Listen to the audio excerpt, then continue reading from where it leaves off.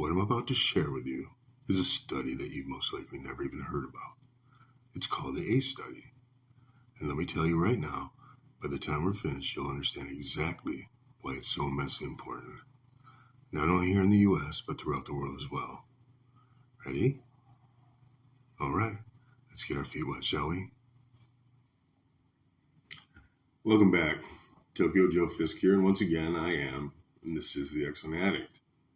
Adverse childhood experiences, commonly referred to by the acronym ACEs. But what exactly are they?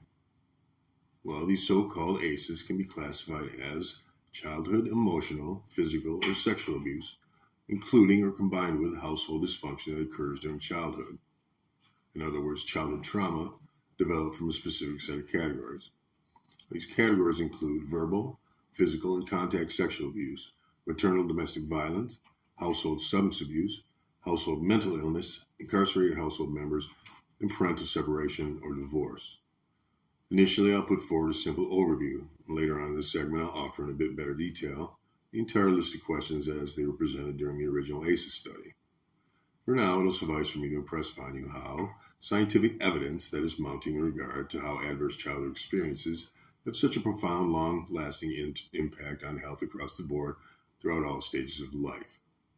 Research shows how having been exposed to abuse and serious forms of dysfunction in the family environment are likely to have activated the body's neurological stress response, thus potentially disrupting the developing nervous, immune, and metabolic systems throughout human biopsychosocial evolution, especially during childhood.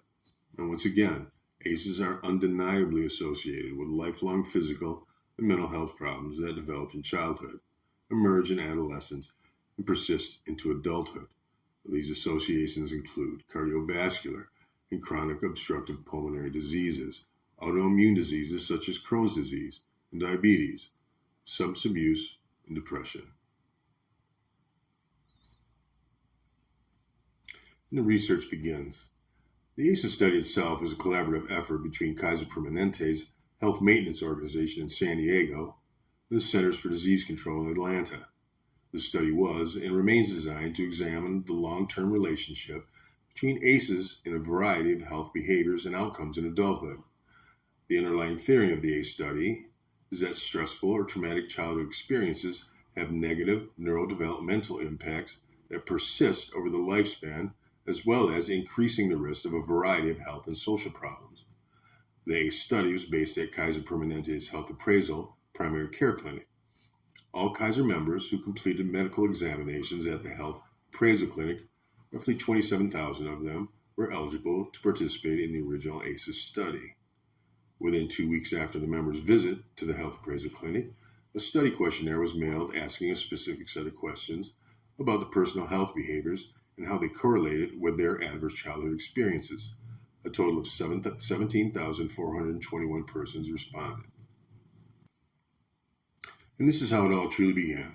In the 1980s, the dropout rate of participants at, of all places, Kaiser Permanente's obesity clinic was about 50%, despite all the dropouts having successfully lost weight under the program. It seemed to make no sense.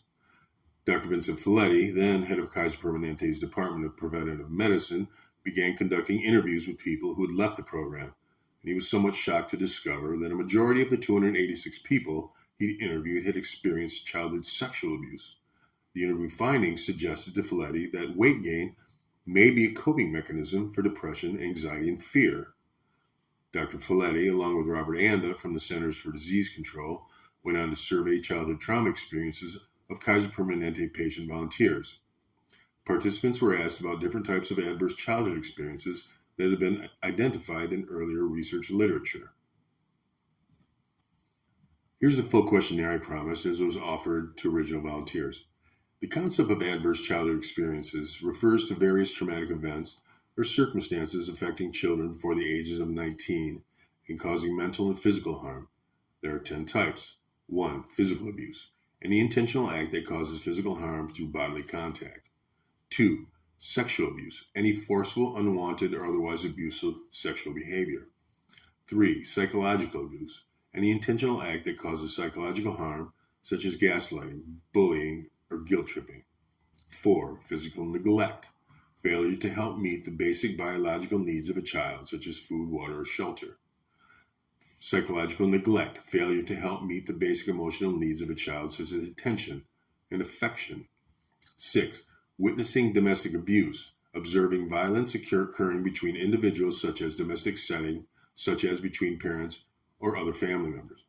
7. Witnessing drug or alcohol abuse, having a close family member who misused drugs or alcohol. 8. Mental health problems, having a close family member or otherwise important individual experience mental health problems. 9. Imprisonment, having a close family member or otherwise important individual serve time in prison. 10. Parental separation or divorce, parents or guardians separating or divorcing on account of a relationship breakdown. The different adverse childhood experiences are not isolated, and in many cases, multiple ACEs impact someone at the same time. ACEs and brain development. ACEs affect the parts of the brain that involve memory and executive functioning. Our executive functioning being the mental processes that enable us to plan, focus attention, remember instructions, and multitask successfully. In part, the areas of the brain and the corresponding neurotransmitters that register fear and stress get shifted into overdrive, whereas the prefrontal cortex, which among other things regulates our ability to think and reason, soon become compromised. This impacts impulse control, focus, and, as I mentioned, critical thinking. Memory also becomes a struggle, as there is less capacity to process new input. The stress of ACEs creates a state of fight, flight, or freeze, which leaves children unavailable for learning new things. The ability to process new information or collaborate with peers is eclipsed by the brain's necessity to survive the stress experienced within their environment.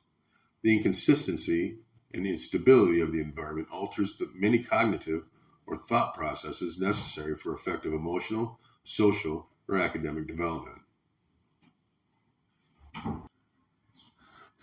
Biological changes associated with ACEs exposure. Due to many of the early life stressors caused by exposure to ACEs, notable changes occur in those of us with single or multiple ACEs exposures compared to people with little or no exposure. This is most evident in actual changes in the physical structure of the brain with the hippocampus, the amygdala, and the corpus callosum. Those are basically the brain's fear response centers. These areas of the brain are more vulnerable than others due to the higher sensitivity to cortisol, our body's main chemical stress regulator. Physical health factors associated with ACEs have been linked to numerous negative health and lifestyle issues affecting us in a vast percentage of cases as adults. Researchers report seeing the adoption of higher rates of unhealthy lifestyle behavior, including sexual risk-taking, smoking, heavy drinking, and obesity throughout life. The associations between these lifestyle issues and ACEs shows that people having 4 or more ACEs display significantly more of these lifestyle problems. Physical health problems arise in people with ACEs with equal similarity. Chronic illnesses such as asthma, arthritis, cardiovascular disease, cancers, diabetes, stroke, even migraine headaches show heightened symptom severity in step with increases of exposure to ACEs. Childhood. With 1 in 4 children experiencing or witnessing a potentially traumatic event, the relationship between ACEs and poor health outcomes has been established for nearly 2 decades. Children who grow up in an unsafe environment are at risk for developing adverse health outcomes affecting brain development, immune, and regulatory systems. Adverse childhood experiences can alter the structural development of neural networks and the biochemistry of the neuroendocrine system, which is very basically the separate organs in the body all working together, secreting hormones, neurotransmitters, and a zillion other chemicals our bodies can't function without. These alterations may have long-term effects on the body, including speeding up the processes of disease and aging and compromising immune systems. Further research on ACEs determines that children who experience ACEs are more likely than their similar age peers to experience challenges in their biological, emotional, social, and cognitive functioning. On top of that, children who have experienced an ACE are at higher risk of being re-traumatized or suffering multiple ACEs. Adulthood. Adults with ACE exposure report having worse mental and physical health, more serious symptoms related to illnesses, and poorer life outcomes. Across numerous studies, these effects go beyond behavioral and medical issues that include damage to DNA, higher levels of stress hormones, and reduced immune function. It is thought that all adult depression results from something happening in childhood. Now, that could also mean adverse childhood experiences lead to depression, or that depression in adults tends to stem from something that happened in childhood. Interestingly, it seems as though the main things that lead children to developing adult depression is that of their parents' mental health issues and childhood neglect. Mental health. Mental health issues have been well known in the face of childhood trauma, and exposure to ACEs is no different. According to a large study conducted in 21 countries, nearly 1 in 3 mental health conditions in adulthood are directly related to an adverse childhood experience. Multiple mental health conditions are found to have direct correlation with symptom severity and prevalence. This includes depression, attention deficit hyperactivity disorder, anxiety, suicide ideation, bipolar disorder, and schizophrenia. Depressive symptoms in adulthood showed that having an ACE score of 1 increased the risk of depressive symptoms by 50%, and an ACE score of 4 or more showing a 400% increase. Later research also demonstrated that ACE scores are related to increased rates in severity of psychiatric and mental disorders, as well as higher rates of prescription psychotropic medication use.